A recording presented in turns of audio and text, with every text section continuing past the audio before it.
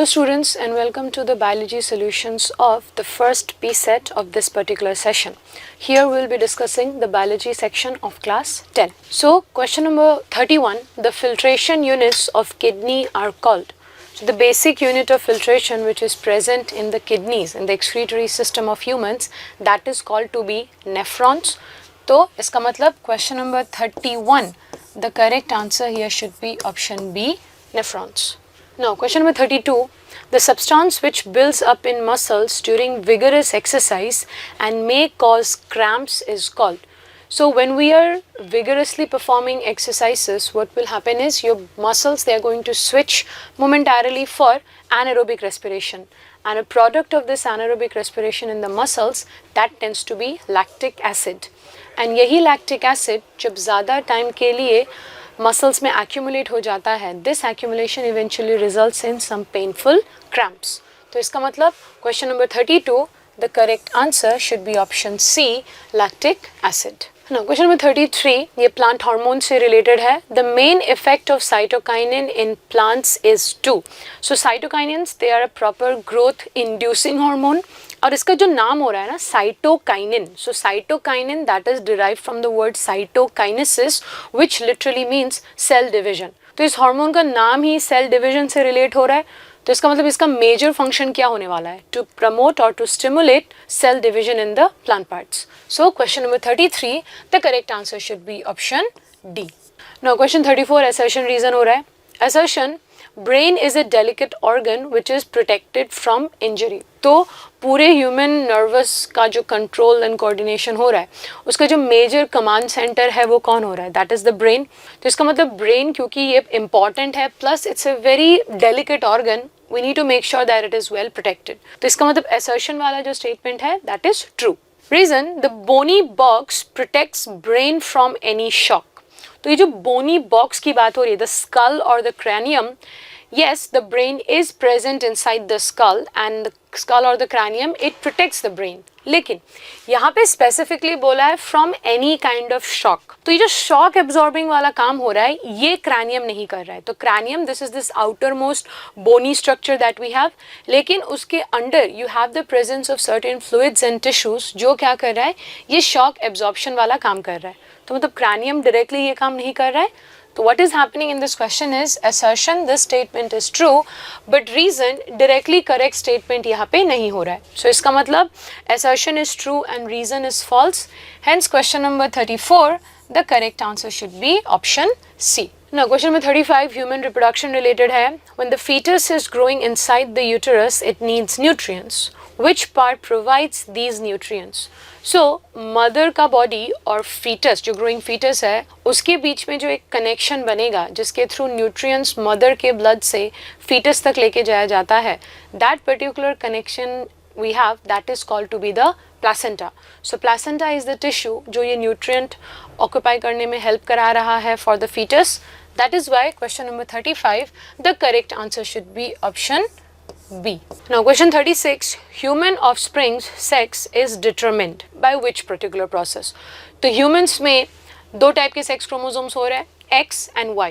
So what we know is this कि female bodies they have XX, male bodies on the other hand they have XY. तो इसका मतलब progeny में जो भी सेक्स क्रोमोसोम जाएगा, मदर से तो एक ही पॉसिबिलिटी हो रहा है which is the X chromosome, but father से दो पॉसिबिलिटी हो रहा है, या तो फादर से एक्स क्रोमोसोम जाएगा या फिर वाई क्रोमोसोम जाएगा. तो इसका मतलब अगर मेल पेरेंट ने एक्स क्रोमोसोम कंट्रीब्यूट किया है, the offspring is going to be female.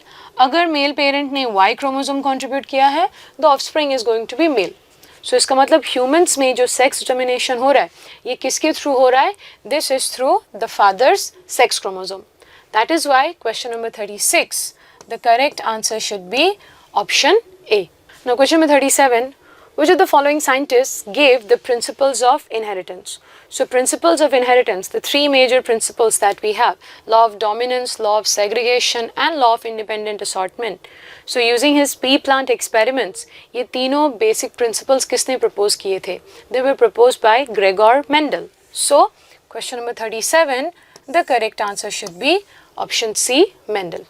Now question number 38, the contraction and expansion movement of the walls of the food pipe. तो ये जो एक रिदमिक कंट्रैक्शन रिलैक्सेशन हो रहा है of the walls of the food pipe, जिसके through food properly move करता है from the buccal cavity to the stomach, तो इस रिदमिक मूवमेंट को हम लोग क्या बोलते हैं? This is called to be peristaltic movement और simply peristalsis. So question number 38, the correct answer should be option C. Now question number 39, when a few drops of iodine solution are added to rice water, it turns blue black in color. तो ये particular experiment यहाँ पे क्या indicate कर रहा है? तो rice water में जैसे आयोडीन ऐड किया जा रहा है, इट टर्न्स ब्लू ब्लैक। तो आयोडीन का जो इंटरेक्शन हो रहा है ऐसे कलर इंडिकेशन के लिए, ये किसके साथ होता है? स्टार्च के साथ होता है। जनरली हम लोग को जब स्टार्च डिटेक्ट करना होता है किसी प्लांट पार्ट में, लीफ में, कहीं पे भी, so one compound that we use over there is iodine. तो इसका मतलब this blue black colour, this is giving us an indication that rice water it is rich in starch. Therefore, the answer should be option B. Now, question number 40. Normal blood pressure in an individual is. तो humans के case में जब हम लोग normal blood pressure की बात करते हैं तो आंसर हम लोग इस तरीके से लिखते हैं 120/80 मिलीमीटर्स ऑफ मर्करी।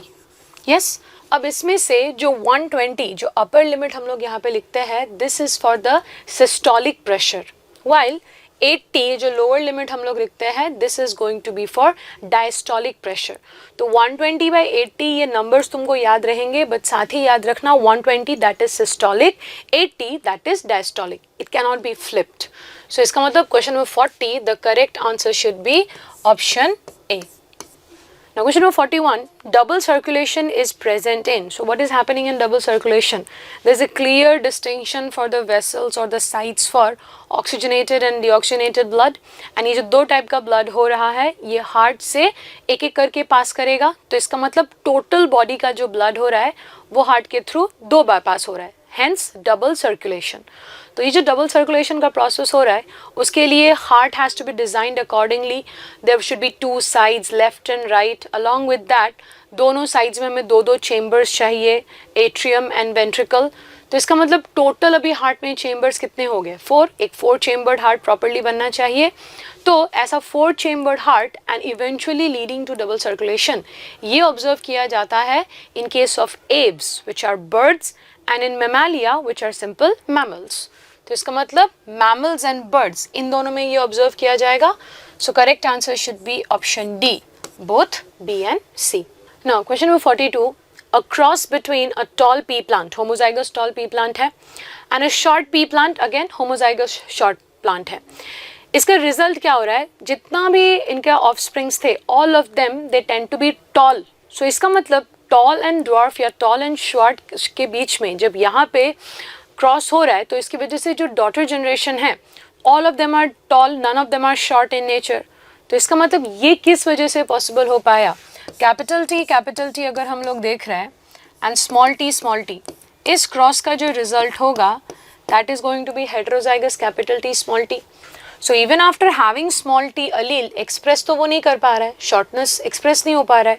एक्सप्रेस कौन हुआ? सिर्फ टॉलनेस एक्सप्रेस हुआ। तो इसका क्या मतलब हो रहा है? दैट्स कैपिटल टी, टॉलनेस वाला जो ट्रेट हो रहा है that is dominant in nature. तो इसका मतलब option D, tallness is the dominant trait. That should be the correct answer for question number 42. Now question number 43, it's an assertion reason question. Assertion, variation is high in sexually reproducing organisms compared to asexually reproducing organisms. ये statement correct है। दोनों type के reproduction में variation occur होता है, but sexual reproduction में the amount of variation is more. इसके पीछे reasons हैं like that in sexual reproduction meiosis is involved. तो meiosis में crossing over वगैरह होगा, उससे variation आने के chances ज़्यादा हो जाता है। Plus sexual reproduction में अगर हम 2 पेरेंट्स का इन्वॉल्वमेंट देखें तो जेनेटिक इन्फॉर्मेशन 2 डिफरेंट इंडिविजुअल्स से आएगा, तो उसके मिक्स एंड मैच से भी क्या होगा? वेरिएशन ज़्यादा आएंगे। बट ये दोनों लिमिटेशंस हो रहे एसेक्सुअल में कि ये अकर नहीं हो रहा है। Now the reason they have mentioned is inaccuracies during DNA copying gives rise to variation. Now ये स्टेटमेंट करेक्ट है because for both sexual and asexual reproduction cells अगर डिवाइड कर रहे हैं तो उसके लिए पहले क्या होगा? डीएनए कॉपी करेगा। And DNA copying this chemical mechanism ये इतना एक्यूरेट भी नहीं होगा, so there are going to be small inaccuracies there, जिसकी वजह से वेरिएशन होगा। लेकिन इनएक्यूरेसीज ये एक्सप्लेन नहीं कर रहा है कि क्यों सेक्सुअल रिप्रोडक्शन में एसेक्सुअल से ज़्यादा वेरिएशंस आ रहे हैं, वो बस ये बता रहा है कि वेरिएशन हो रहा है। तो इसका मतलब assertion and reason both statements are true, but reason is not the correct explanation of this assertion.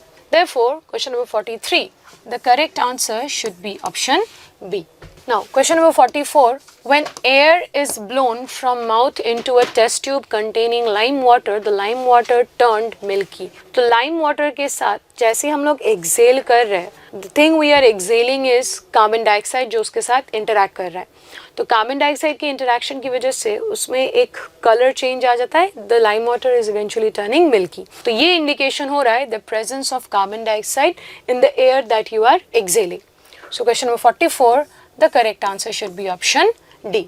Now the last question, question number 45, reflex actions are mediated through. तो reflex actions because these are very quick reactions of the body, तो इसका जो mediation हो रहा है before we bring in brain into it, eventually brain will be involve, उसमें जाके information store होगा, लेकिन रिफ्लेक्स एक्शन का जो मीडिएशन हो रहा है वो उसके पहले कौन करता है, that is done by spinal cord. तो इसका मतलब question number 45, the correct answer should be option C, spinal cord. So I hope any doubts that you guys had वो क्लियर हो चुका है। I hope you had a good exam and I look forward to seeing you in the classes of PNC Academy. Thank you.